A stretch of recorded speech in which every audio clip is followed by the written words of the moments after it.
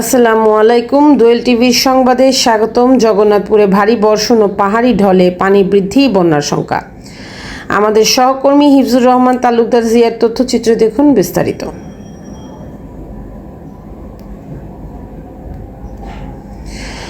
জগন্নাথপুরে গত কয়েকদিনের অবিরাম ভারী বর্ষণ ও উজান থেকে নেমে আসা পাহাড়ি ঢলে পানি বৃদ্ধি পেয়ে উপজেলার বিভিন্ন অঞ্চল ও গ্রামীণ রাস্তাঘাট পানিতে ডুবে বন্যার আশঙ্কা দেখা দিয়েছে।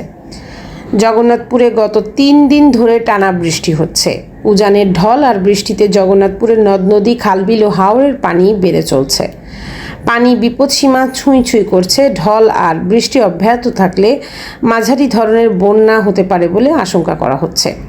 তাই সম্ভাব্য বন্যা মোকাবিলার প্রস্তুতি নেওয়া হচ্ছে বলে জানিয়েছে উপজেলা প্রশাসন। এদিকে ঢলে এর মধ্যে জগন্নাথপুর উপজেলার নিম্নাঞ্চল প্লাবিত হয়ে মানুষের বাড়িঘর ও ব্যবসা প্রতিষ্ঠানে পানি ঢুকতে শুরু করেছে।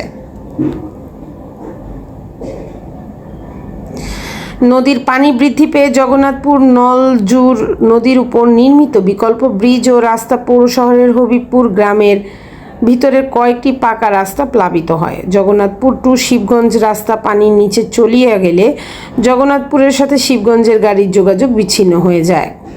উপজেলার রানীগঞ্জ ইউনিয়নের বিভিন্ন গ্রাম ও রানীগঞ্জ বাজারে কিছু অংশ পানিতে ডুবে যায়। সৈয়দপুর সাহারপাড়া ইউনিয়নের কয়েকটি বাড়ি ও রাস্তা পানিতে ডুবে যায়। পাইলগাঁও ইউনিয়ন ও আশারকান্দি ইউনিয়নের বিভিন্ন গ্রামীণ রাস্তা পানির নিচে থাকায় সাধারণ যোগাযোগ ভোগান্তির মধ্যে পড়ছে। চিলাউড়া হলদিপুর ইউনিয়নের চেয়ারম্যান শাহিদুল ইসলাম বকুল, ইসমাইল চক, বাউধরন, মুজিব মার্কেট, গোবরাপুর, সালদিকা সহ গ্রামীণ পাতলা রাস্তাগুলো পানিতে তলিয়ে গেছে। এখনও পরিস্থিতি স্বাভাবিক রয়েছে। যদি পানি বৃদ্ধি পেয়ে কারো বাড়িতে উঠে, তাদেরকে আশ্রয়কেন্দ্রগুলোতে যাওয়ার জন্য পরামর্শ দেওয়া হয়েছে। সবসময় আমার ইউনিয়নের প্রতিটি ওয়ার্ডের ইউনিয়নের সদস্যদেরকে বন্যার খোঁজ খবর রাখার জন্য বলা হয়েছে। পরিস্থিতি নিয়ে হিফজুর রহমান তালুকদার জিয়া, জগন্নাথপুর উপজেলা থেকে।